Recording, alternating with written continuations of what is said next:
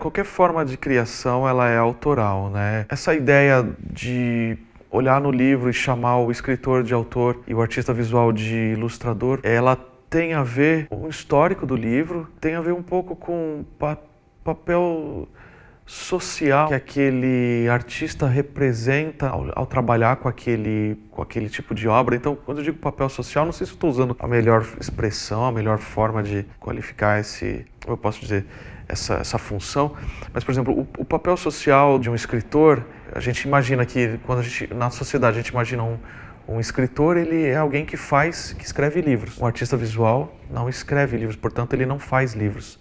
E é até interessante que o Ulisses Carrion fala que na Nova Artes, tem um livro dele que é a Nova Arte de Fazer Livros, ele fala que na Nova Arte de se fazer livros, o escritor não faz livros, ele faz texto. Então, há uma mudança, acho que com o passar do tempo, acho que no mundo, mas no Brasil, eu consigo dizer no Brasil porque dos finais dos anos 90, início do 2000 para cá, começou a ser considerado socialmente o artista visual como autor. Há um reconhecimento não somente em como ele é chamado, né, em como o trabalho dele é visto pelos leitores, pela editora, né, que quando na ficha catalográfica ela coloca os autores, o nome dos dois, né, que são responsáveis por aquela obra, até em contrato mesmo, no mundo jurídico.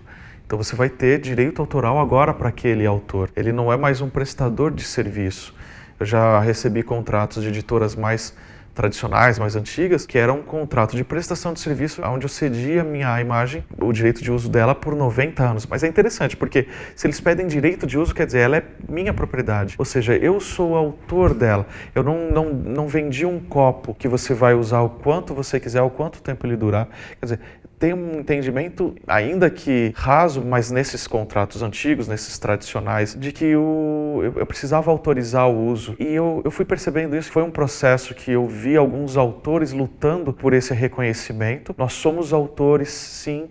Até porque se a gente pensar, isso até juridicamente, não existe direito autoral, você não consegue registrar ideia. Você tem que registrar a obra. A ideia tem que se materializar em algum tipo de obra. Então você pode materializar aquela ideia em texto. O escritor não é autor de livro. Ele é autor daquele texto que está num livro. O livro foi feito por alguém. E aí aquele livro tem um autor. O escritor não pode registrar este objeto é meu. Então a materialização do livro... Então se a gente tem um livro com imagem, formato e texto, ele é um objeto de múltipla autoria. Se reconhece a autoria de alguns por uma questão social, até porque também muitas vezes todos estão em função, às vezes, de uma narrativa que foi escrita. Um livro foi criado em função de uma história escrita, então ele vai ter o formato servindo aquela escrita, uma imagem está servindo aquela escrita. Aí eu acho que cabe a perversão, e isso eu faço bastante, que é tentar achar um detalhe no texto que o texto não está dizendo e eu vou explicitar a minha visão daquele texto. No caso do rei, por exemplo, não havia menção a um sol, mas eu coloco um sol e reinterpreto todo o texto mediante um sol. Então, na verdade, quando ninguém vê mais função, não é porque não era uma questão política, era uma questão simplesmente de relação natureza e ser humano, que se separa, cidade e meio ambiente, como se fosse possível separar. A imagem criou um objeto único. Eu posso sacar o texto dali e fazer outro livro? Posso, mas vai ser outro livro, não vai ser aquela obra. A obra é aquele objeto daquela forma, com aquele formato, com aquela quantidade de páginas e aquelas imagens. Nenhuma pintura, nenhuma imagem, nenhum texto nasce também do nada. É um processo de escuta de narrativas, de histórias que estão em volta da gente, de momentos que a gente passou e de que outras pessoas passaram e que a gente registra e que foca naquilo. Nesse ponto, o livro, para mim, ele é uma construção de autores. Só acho que é uma questão de um reconhecimento do papel de cada um ali e ver realmente qual que é a relevância desses papéis. Tem projetos gráficos que podem ser reconhecidos como autorais, que são fundamentais. Tem outros que são mais neutros e não foram fundamentais na criação de um livro. E eu digo isso de livros que eu fiz, o projeto gráfico, mesmo que eles podem ser mudados, que não vai alterar em nada, que ele é simplesmente um suporte ali, ele é muito mais passivo, e tem outros que é ativo, então ali eu reconheço uma autoria e é impossível separar. Nesses eu até cogito a possibilidade de eles estarem em contrato de direito autoral, que é o que eu faço, por exemplo, quando eu vou fazer livros para vender os direitos dos meus livros do Brasil para fora, eu coloco, não pode alterar nada desse projeto gráfico, porque ele faz parte da narrativa, faz parte do todo.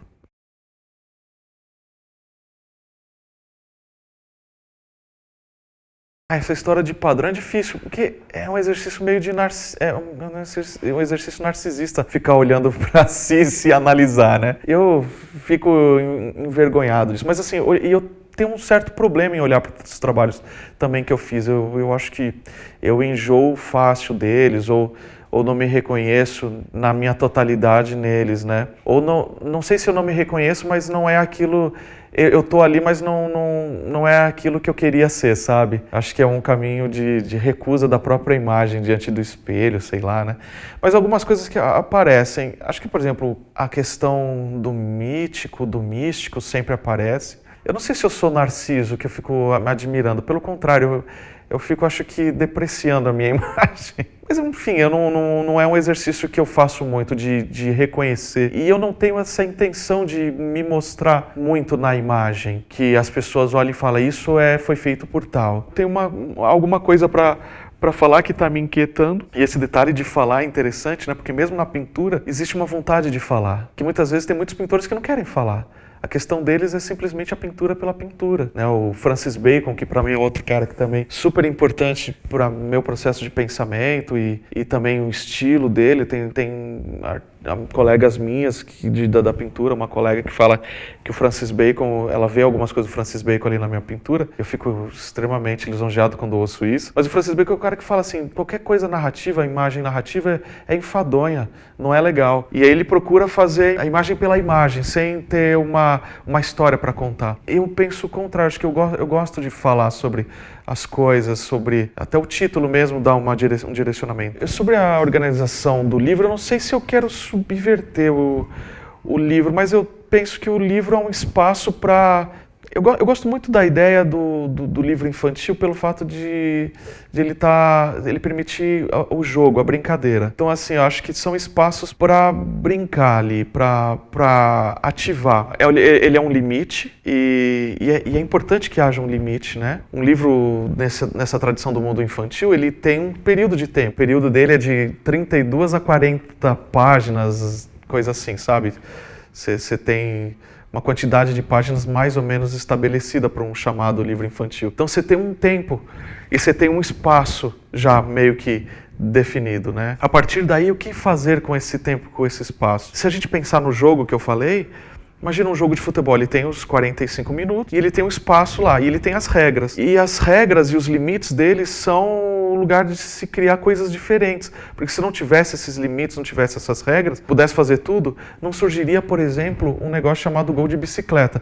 Se o jogador pudesse fazer gol com a mão, o cara nunca ia pensar em levantar a perna lá em cima e fazer uma coisa que é quase um balé. Quer dizer, o limite é também um negócio interessante, porque é onde se cria, naquela limitação de espaço, de tempo, é onde se cria uma dinâmica de jogo e a arte dentro desse jogo, né? Quando eu penso no formato livro, e aí quando eu também vou pensar na história, antes até de um formato que já veio para mim, eu penso não em algo para perverter, mas para dialogar.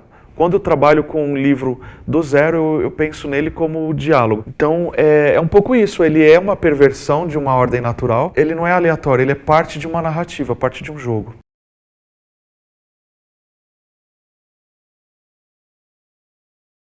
Passagens, memórias de infância, ou mesmo de outras vivências, né, que não somente da infância, sim, aparecem nos livros. Todos eles. Eu posso dizer que todos eles têm, especialmente esses que são criação minha de imagem, e texto. Posso citar uns aqui. O Telefone Sem Fio, ele é o formato, ele é as pinturas, a narrativa dele surge por causa de um livro chamado Da Minha Infância. Na verdade não é um livro, é um fascículo desses que vendia em banca de jornal, chamado Gênios da Pintura, que foi o primeiro contato que eu tive com pintores da chamada História da Arte. Então era um contato que eu tive primeiro na escola, não tinha esses livros em casa, mas era muito comum na minha época de infância ter esses livros. Então ele tem o exato formato desse Gênios da Pintura. Sempre tive uma ligação com o místico. Eu, quando era moleque, quis ser criança, eu achava que ia ser padre. Eu não me vejo como um ser também que está dando... Meus livros eu não estou dando lição de moral em ninguém, não estou ensinando ninguém como deve fazer ou deixar de fazer, não estou determinando padrões de conduta e regras, porque eu também sou um ser doente, eu estou trabalhando as minhas doenças na minha vida e também nos meus livros. E é parte de quem eu sou, né? Nós vivemos numa sociedade doente. Agora, por exemplo, quando eu falei dessa história do místico, de achar que é alguém especial, tem muito a ver, por exemplo, com o dia da festa, tem muito a ver com o Bárbaro. Eu criei pensando uma relação minha de infância com meu pai e também com o mundo. Eu morava aqui no centro de São Paulo, mas eu nasci no Taboão da Serra. Então eu ia visitar minha tia no Taboão da Serra. Eu lembro que era uma viagem de ônibus um pouco longa e eu lembro que eu brincava de pular por cima dos carros, como se eu estivesse saindo daquele ônibus e fosse um herói pulando em cima dos carros, o ônibus passando por eles, eu pulava os prédios. Então eu fingia que eu estava fazendo isso. O Bárbaro é um pouco isso, é alguém que está sentado num objeto que não é mais aquele objeto. Ele conseguiu sair dali. E no final é a relação dele com o pai dele. E isso é uma leitura muito minha, mas está ali presente, né? Que é a relação do pai tirando do lugar de jogo, de alegria do filho, do lugar de imaginação. E a minha relação com meu pai é um pouco isso. Tirou, num determinado momento da minha vida, tirou a gente do lugar de infância e colocou no mundo concreto, real. E essa relação também do Bárbaro, ele tem uma relação com Deus também, que é a minha ruptura com Deus. Quando eu criei o Bárbaro, com essa ideia de Deus que eu tinha, que eu já passei por várias ideias de Deus. O Bárbaro é também um questionamento do papel de pai, do papel de Deus como pai. Ele é o que assusta o Bárbaro. Todos os seres míticos que aparecem no Bárbaro, cospem, fogo, vem atacar de alguma forma e o Bárbaro está tranquilo. Mas esse Deus ele é ao mesmo tempo carinho, ele não vem com nada, ele vem só com as mãos, mas ele assusta. Também as mãos dele ele é tão grande, tão gigante, que ele pode ferir aquele. Então essa relação, por exemplo, até com o cristianismo, que foi o lugar, a religião que eu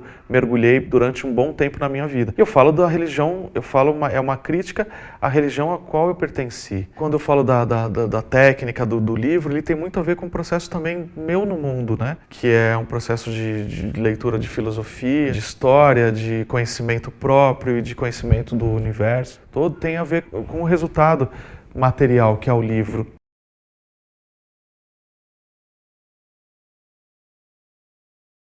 Sobre mídia, rede social, eu não uso muito, já usei um pouco para divulgar meu trabalho. Eu tenho até dificuldade por conta do foco que eu quero dar nessas mídias digitais. É difícil, a gente perde o controle um pouco do que está sendo dito ali, do que está sendo mostrado. Então tem coisas que eu não quero mostrar que as pessoas mostram. Quando eu penso num livro, eu estou pensando no livro para ele ser aquele objeto, que ele vai ter uma relação com o leitor. Eu acho que às vezes, quando vai para a mídia digital, ele ganha um aspecto um pouco de divulgação dele, um pouco comercial demais. E eu acho que tem temas e tem coisas que para mim são muito caras que não se misturam com esse lado de divulgação mais comercial ou de valorização da minha imagem.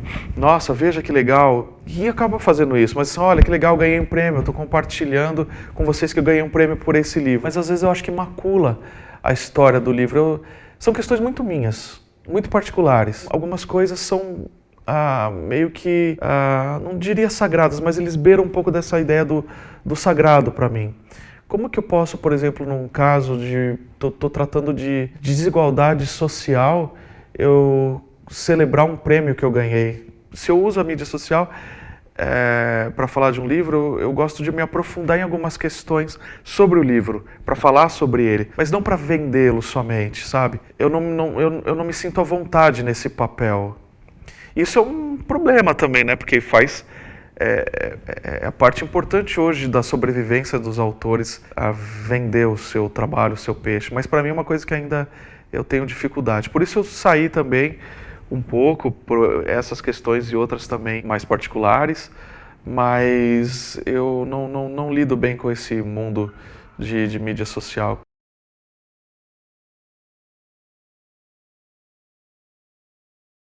Eu acho que é fundamental se desvincular das demandas que não sejam realmente suas. Pode acontecer que as demandas de um público, leitor, casem com as suas.